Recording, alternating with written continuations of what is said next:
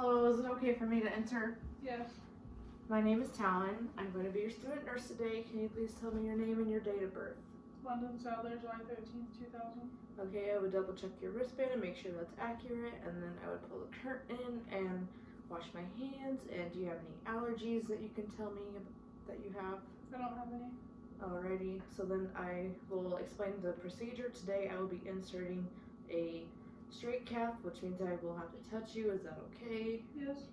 Alright, and then I will continue by locking the bed to provide safety.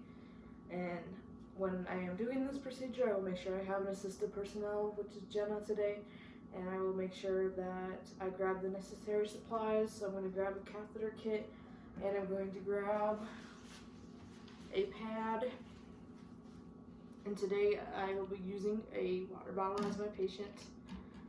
And then I also would make sure to follow to double check the order and follow the policies and procedures.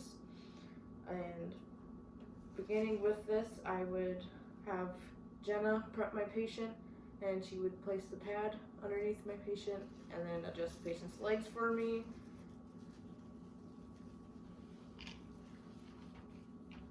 And Jenna is going to watch me today to make sure I don't contaminate. And I'm going to begin by opening this. And now I have a sterile dressing, so I'm going to make sure I only touch the outer edges so that I don't contaminate.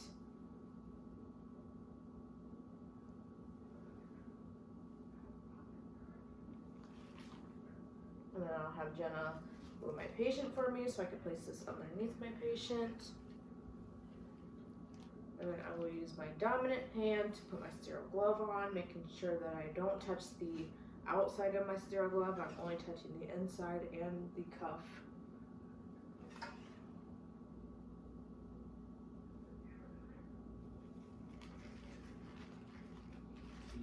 And once I have donned my glove, I'm going to use this glove to touch the cuff of the non-dominant glove, making sure again that I don't touch the outside with my hand, only touching the inside and the cuff. And once I have them on, now I'll have Jenna make sure that I did not contaminate. And I can pull this down now, making sure I don't touch my hand. And now once I have my gloves on, I will continue this procedure by putting the sterile drape over my patient.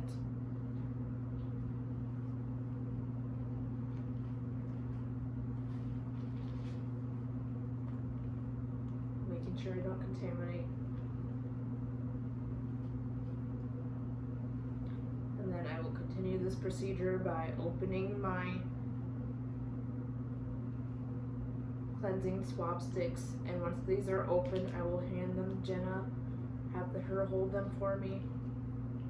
Then I will continue by grabbing my specimen container, and I will set that out, and I will use this to measure the urine and to assess the urine.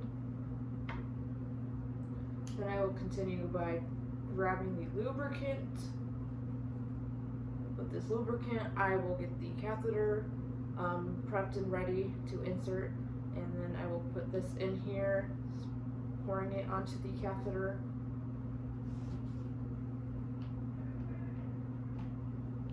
And then I will begin by using my non-dominant hand to open up the labia minora, exposing the meatus. And I'm going to start by taking one of these and going up and down. I will do that 3 different times, and then I will dispose of this.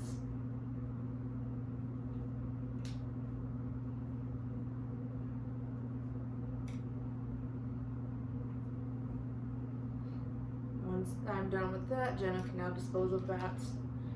And now I will grab my catheter and I will insert it into the patient, and Jenna will grab the container for me.